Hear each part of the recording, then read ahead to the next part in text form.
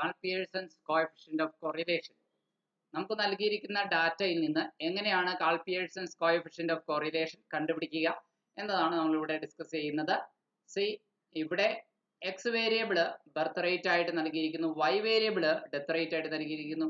നോക്കൂ, ഈ ജനന നിരക്കും ബർത്ത് റേറ്റും ഡെത്ത് റേറ്റ് അഥവാ മരണനിരക്കും ഈ രണ്ട് വേരിയബിൾസ് തമ്മിൽ എന്തെങ്കിലും കോ റിലേഷൻ സഹബന്ധം ഉണ്ടോ എന്ന പരിശോധനയാണ് വാസ്തവത്തിൽ ഇവിടെ നടത്തുന്നത്. നമുക്കറിയാം, കാൾ പിയേഴ്സൺ പറയുന്നതനുസരിച്ച് correlation coefficient small letter r എന്നതാണ് ഡിനോട്ട് ചെയ്യുന്നത്. ആ സ്മോൾ ലെറ്റർ ആറിന്റെ വാല്യൂ എന്ന് പറയുന്നത് മാക്സിമം പോസിറ്റീവ് കോറിലേഷൻ ആണെങ്കിൽ +1 ആണ് വരേണ്ടത്, മാക്സിമം നെഗറ്റീവ് കോറിലേഷൻ ആണെങ്കിൽ -1 ആണ് വരേണ്ടത്. ഈ എക്സ് വേരിയബിളും വൈ വേരിയബിളും തമ്മിൽ ഒരു ബന്ധവും ഇല്ല എങ്കിൽ 0 എന്നാണ് നമുക്ക് ഉത്തരം വരേണ്ടത്. ഇതാണ്. അപ്പോൾ ഇവ തമ്മിൽ എത്രത്തോളം അടുത്ത ബന്ധമുണ്ട്, എത്രത്തോളം അകന്ന ബന്ധമുണ്ട്, അല്ലെങ്കിൽ യാതൊരു ബന്ധവുമില്ല, ഇത് കണ്ടുപിടിക്കാനാണ് നമുക്ക് കോറിലേഷൻ കോഎഫിഷ്യന്റ് അഥവാ കോറിലേഷൻ ഗുണാങ്കം കണ്ടുപിടിക്കുന്നതിന്റെ ആവശ്യകത. ഇനി നമ്മുടെ ചോദ്യം എങ്ങനെയാണ് സോൾവ് ചെയ്യുന്നത് എന്ന ഭാഗത്തേക്ക് നമ്മൾ കടന്നു വരുന്നത്. ബർത്ത് റേറ്റിനെ നമ്മൾ എക്സ് എന്ന പേര് നൽകി ഒരു കോളം നൽകിയിരിക്കുന്നു എക്സിന് വേണ്ടിയിട്ട്. അതുപോലെ തന്നെ ഡെത്ത് റേറ്റിന് നമ്മൾ വൈ എന്ന പേര് നൽകിയിട്ട് മറ്റൊരു കോളം നൽകിയിരിക്കുന്നു. ഓക്കെ, സോ ബർത്ത് റേറ്റും ഡെത്ത് റേറ്റും എക്സും വൈയും വേരിയബിൾസ് എന്ന രീതിയിൽ നമ്മൾ അതിനെ കണക്കാക്കുന്നു. ചോദ്യം പകർത്തി ഉത്തരത്തിന്റെ കോളത്തിലേക്ക് നമ്മൾ എഴുതി കഴിഞ്ഞു. നൗ ഇനി അടുത്ത നടപടി എന്താണ്? നമുക്കൊരു സൂത്രവാക്യമുണ്ട്, വി ഹാവ് എ ഫോർമുല. നമ്മുടെ സൂത്രവാക്യം എങ്ങനെയാണ്? കാൾ പിയേഴ്സൺസ് കോഎഫിഷ്യന്റ് ഓഫ് കോറിലേഷന്റെ ഫോർമുല ഇതാണ്. R is equal to Karl Pearson's coefficient എന്ന് പറയുന്നത് സ്മോൾ ലെറ്റർ ആർ ആണെന്ന് ഒരിക്കൽ കൂടി ഞാൻ ഓർമ്മിപ്പിക്കുന്നു. n sigma xy minus sigma x into sigma y all divided by n sigma x square minus sigma x all square into root of n sigma y square minus sigma y all square. ഇതാണ് basic formula. ഈ basic ഫോർമുലയിൽ ചെറിയ modification വരുത്തിയാണ് ഈ പുതിയ formula അവർ തയ്യാറാക്കിയിരിക്കുന്നത്. അതായത് X Y എന്നീ വേരിയബിളിന്റെ മുൻപില ഡി എക്സ് ഡി വൈ എന്ന വേരിയേഷൻ, എവിടെയൊക്കെ എക്സ് ഉണ്ടോ അവിടെയൊക്കെ ഡി എക്സ് ആവും, എവിടെയൊക്കെ വൈ ഉണ്ടോ അവിടെയൊക്കെ ഡി വൈ ആവും. അതുകൊണ്ടാണ് sigma x into sigma y എന്ന് പറയുന്നിടത്ത് sigma D x into sigma d y ആയി. അതുപോലെ തന്നെ ഇവിടെ റൂട്ടിന്റെ താഴെ നോക്കുക, ബേസിക് ഫോർമുല അങ്ങനെ തന്നെയാണ്, ഒരു മാറ്റവുമില്ല. അതിൽ ചെറിയൊരു മോഡിഫിക്കേഷനേ ഉള്ളൂ. N sigma x square minus sigma x whole square എന്ന് നമ്മൾ പറയുന്ന സ്ഥാനത്ത് n sigma D X square minus sigma D x whole bracket square എന്ന രീതിയിലേക്കായി. അതുപോലെ തന്നെ n sigma y square minus sigma y whole square എന്നാണ് ബേസിക് ഫോർമുലയിൽ. ഇവിടെ എൻ സിഗ്മ വൈ സ്ക്വയർ എന്ന് പറയുന്നതിന് പകരം വൈയുടെ മുമ്പിൽ ഒരു ഡി ചേർക്കണം, അത്ര തന്നെ. D Y square minus sigma y whole bracket square എന്നുള്ളതിന് പകരം sigma d y whole bracket square. ഇങ്ങനെയാണ് ഫോർമുലയിൽ വന്നിരിക്കുന്ന മോഡിഫിക്കേഷൻ. ഇത്രയും കാര്യങ്ങളായാൽ എന്തിനാണ് ഇങ്ങനെ ഡീവിയേഷൻ കാണുന്നത്? ഈ ഡി കൊണ്ടുവരുന്നത്, ഡി എക്സ് കാണുന്നതും ഡി വൈ കാണുന്നതും എന്തിനാണ്? എക്സിന്റെ ഡീവിയേഷനും വൈയുടെ ഡീവിയേഷനും കാണുന്നത് എന്തിനാണ്? സിമ്പിൾ ആയിട്ട് പഴയ രീതിയിൽ തന്നെ ചെയ്താൽ പോരെ എന്ന് ചോദിക്കുന്നവരുണ്ടാകാം. അവരുടെ സംശയം നിവൃത്തിക്കായിട്ട് പറയട്ടെ. ഡീവിയേഷൻ കണ്ടു കഴിഞ്ഞാൽ നമുക്ക് കുറച്ച് മെച്ചമുണ്ട്, സംഖ്യകൾ കുറച്ചുകൂടി ചെറുതായി കിട്ടും, വലിയ സംഖ്യകളിട്ട് ഗുണിക്കുന്നതിന്റെ ആ അപാരത ഒഴിവാകും. അതുകൊണ്ട് എക്സ് എന്ന വലിയ വലിയ സംഖ്യകളെ നമുക്ക് ചെറിയ സംഖ്യകളായി ചുരുക്കിയെടുക്കുകയാണ് നമ്മൾ ഇവിടെ ഡീവിയേഷൻ കാണുന്നത്. അപ്പോൾ പുതിയ സംശയം, എങ്ങനെയാണ് എക്സിൽ നിന്നുള്ള ഡീവിയേഷൻ സംഖ്യകൾ കണ്ടെത്തുന്നത്? അല്ലെങ്കിൽ എങ്ങനെയാണ് വൈയിൽ നിന്നുള്ള ഡീവിയേഷൻ വൈകൾ കണ്ടെത്തുന്നത്, ഡി വൈ കണ്ടെത്തുന്നത് എങ്ങനെയാണ്? അതിന് നമ്മൾ ആദ്യം എക്സുകളുടെ കൂട്ടത്തിൽ ഒരെണ്ണത്തെ അസ്യൂംഡ് മീൻ ആയിട്ട് കരുതണം. അതുപോലെ തന്നെ വൈയുടെ കൂട്ടത്തിൽ ഒരു സംഖ്യയെ ഏതെങ്കിലും ഒരെണ്ണം നമുക്ക് ഇഷ്ടമുള്ളത് അസ്യൂംഡ് മീൻ ആയിട്ട് കരുതാം. അപ്പോൾ ഇവിടെ എക്സുകളുടെ കൂട്ടത്തിൽ ഏതിനെയാണ് അസ്യൂംഡ് മീൻ ആയിട്ട് കരുതുക എന്നത് ഒരു ചോദ്യമാണ്. അപ്പോൾ എക്സുകളുടെ കൂട്ടത്തില് നമ്മുടെ ചോദ്യത്തിന്റെ കൂടെ തന്നെ പറഞ്ഞിരിക്കുന്നു, you may use 32 as assumed mean. Question പേപ്പറിൽ അങ്ങനെ ഉണ്ടാവണം നിർബന്ധമില്ല, ഇല്ലെങ്കിൽ നമുക്ക് നമ്മുടെ ഇഷ്ടപ്രകാരം എടുക്കാം. ക്വസ്റ്റ്യൻ പേപ്പറിൽ കൃത്യമായും പറഞ്ഞിരിക്കുന്നു, നിങ്ങൾക്ക് വേണമെങ്കിൽ 32നെ അസ്യൂംഡ് മീൻ ആയിട്ട് എടുക്കാം എക്സുകളുടെ കാര്യത്തിൽ for X, and 25 for Y. വൈയുടെ അസ്യൂംഡ് മീൻ ആയിട്ട് 25നും എടുക്കാം എന്ന് ക്വസ്റ്റ്യൻ പേപ്പറിൽ പറഞ്ഞിരിക്കുന്നു. അങ്ങനെയാണെങ്കിൽ ആ 32 ഓരോ എക്സുകളിൽ നിന്നും 32 എത്ര അകലത്തിലാണ് എന്ന് കണ്ടെത്തേണ്ടിയിരിക്കുന്നു ഉണ്ടോ. അതായത് നമ്മൾക്ക് അവർ പറഞ്ഞിരിക്കുന്ന അസ്യൂംഡ് മീൻ, നമ്മൾ ഊഹിക്കുന്ന മാധ്യം എന്ന് പറയുന്നത് 32 ആണ്. ഈ സംഖ്യകളുടെ ശരാശരി 32 ആണോ എന്നൊന്നും നമുക്ക് ഉറപ്പില്ല. എങ്കിൽ നമ്മൾ ജസ്റ്റ് അസ്യൂം ചെയ്യുകയാണ് ഈ എക്സ് വേരിയബിളുകളുടെ എല്ലാത്തിൻ്റെയും ഒരു നടുക്കത്തെ ഫിഗർ 32 ആണ് എന്ന് നമ്മൾ ഊഹിക്കുന്നു. എന്നിട്ട് ഓരോ എക്സുകൾക്കും നമ്മൾ ഊഹിക്കുന്ന 32മായിട്ട് എത്രമാത്രം അകലമുണ്ട്, ഡീവിയേഷൻ ഉണ്ട് എന്ന് കണ്ടെത്തി അത് ഈ ഡീവിയേഷൻ ഓഫ് എക്സ് കോളത്തിൽ എഴുതുന്നു. അതാണ് സംഭവിക്കുന്നത്. സോ 24 - 32 നമുക്കറിയാം 24 ചെറിയ സംഖ്യയാണ്, 32 വലിയ സംഖ്യയാണ്. ചെറിയ സംഖ്യയിൽ നിന്ന് വലിയ സംഖ്യ കുറക്കുക സാധ്യമല്ല. അങ്ങനെയുള്ള സാഹചര്യത്തിൽ നമ്മൾ പണ്ടൊക്കെ സ്കൂളിൽ ചെയ്തിരിക്കുന്നത് എന്താണ്, ചെറുതിൽ നിന്ന് വലുത് കുറക്കുന്നതിന് പകരം വലുതിൽ നിന്ന് തൽക്കാലം ചെറുത് കുറച്ച് 8 എന്ന് എഴുതിയിട്ട്, അതായത് 32ൽ നിന്ന് 24 കുറച്ച് 8 എന്ന് എഴുതിയിട്ട് ഉത്തരത്തിന് നെഗറ്റീവ് ചിഹ്നം കൊടുക്കുക.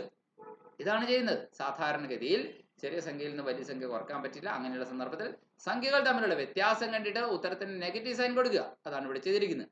സോ എക്സ് മൈനസ് 32 ആണ്. ഓരോ എക്സുകളിൽ നിന്നും അസ്യൂംഡ് മീൻ 32വിനുള്ള അകലം എത്രയാണെന്ന് കണ്ടെത്തുന്നു. അത്ര തന്നെ.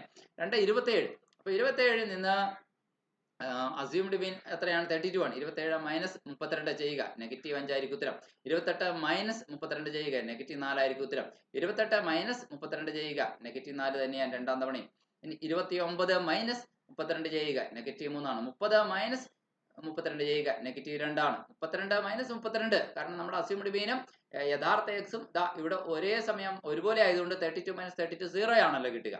നൗ 33 മൈനസ് 32 1 ആണ് പോസിറ്റീവ്. ഇപ്പോഴാണ് വലിയ സംഖ്യ ഇപ്പുറത്ത് വന്നത്, എക്സിന്റെ കൂട്ടത്തിൽ വന്നത്. ഇനി അസ്യൂംഡ് മീൻ ചെറുതായി, അതുകൊണ്ടാണ് 33ൽ നിന്ന് 32 കുറച്ചാൽ പോസിറ്റീവ് 1, 35ൽ നിന്ന് 32 കുറച്ചാൽ പോസിറ്റീവ് 3, 35ൽ നിന്ന് 32 എന്ന അസ്യൂംഡ് മീൻ കുറച്ചാൽ 3, 40ൽ നിന്ന് അസ്യൂംഡ് മീൻ കുറച്ചാൽ 8. നോക്കുക, ഇനി എക്സ് കോളത്തിന്റെ ഡി എക്സ് കോളം പൂർണ്ണമായും നമ്മൾ കണ്ടെത്തി കഴിഞ്ഞ സ്ഥിതിക്ക് ഇനി നമുക്ക് കൂട്ടാവുന്നതേ ഉള്ളൂ. ഡി എക്സ് കോളത്തിനെ കൂട്ടിയെടുക്കുക. ഇതിനെ സിഗ്മ എന്ന് പറയാറുണ്ട്. ഗ്രീക്ക് അക്ഷരമാണ് സിഗ്മ.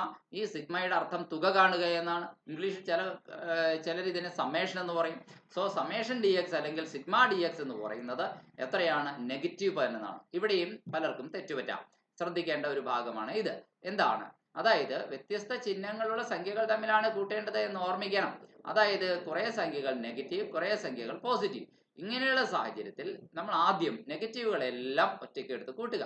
അതായത് 8, 5, 4, 4, 3, 2 ഇവയെല്ലാം കൂട്ടി കഴിയുമ്പോൾ 8, 5, 13, 13ഉം 4ഉം 17, 17, 3, 24, 24ഉം 2, 26 ആണ് നെഗറ്റീവ്. നെഗറ്റീവ് സംഖ്യകളുടെ എല്ലാത്തിൻ്റെയും സമേഷൻ എത്രയാണ്? ഇതെല്ലാം കൂട്ടിയാൽ 26. ഇനി പോസിറ്റീവ് സംഖ്യകൾ എത്രയാണെന്ന് നോക്കിയേ. 8, 8ഉം 3ഉം 11, 11ഉം 3ഉം 14, 1ഉം 15. അപ്പൊ 26ഉം 15ഉം തമ്മിലുള്ള വ്യത്യാസം എത്രയാണെന്ന് നോക്കുക. 26 മൈനസ് 15 എന്നത് ഇതിന്റെ വ്യത്യാസം 11 ആണ്. ഏറ്റവും വലിയത് നെഗറ്റീവ് ആണ്. വലുതിൽ നിന്ന് ചെറുത് കുറച്ച് വലുതിന്റെ ചിഹ്നം കൊടുക്കണമെന്നാണല്ലോ നമ്മുടെ നിയമം. സോ 26ന്റെ ചിഹ്നം നെഗറ്റീവ് ആയിരുന്നുകൊണ്ട് ആ നെഗറ്റീവ് ആൻസറിന് കൊടുക്കുന്നു. സിഗ്മ ഡി എക്സ് നെഗറ്റീവ് 11 എന്നുള്ളത്. അപ്പൊ സിഗ്മ ഡി എക്സ് കോളം നമുക്ക് കാണണം. ഇതുപോലെ തന്നെയാണ് ഡി വൈയുടെ കോളവും കാണേണ്ടത്. ഇത് വിശദീകരിച്ച് ഞാൻ പറയുന്നില്ല. കാരണം നമുക്ക് വൈയുടെ അസ്യൂംഡ് മീൻ ഇവയുടെ കൂട്ടത്തിൽ 25 എന്ന സംഖ്യനെയാണ് അസ്യൂംഡ് മീൻ ആയിട്ട് എടുക്കുന്നത്. ഓരോ എക്സുകളിൽ നിന്ന് 25നെ കുറയ്ക്കുക. 18 minus 25 minus 7, 20 minus 25 minus 5, 22 minus 25 minus 3, 25 minus 25 0, 22 minus ഉണ്ടോ, ഇങ്ങനെ ചെയ്യുക. എന്നിട്ട് ഇവയിലെ നെഗറ്റീവുകളെല്ലാം കൂട്ടി ഒരു സംഖ്യയാക്കി എടുക്കുക. പോസിറ്റീവുകളെല്ലാം കൂട്ടുക.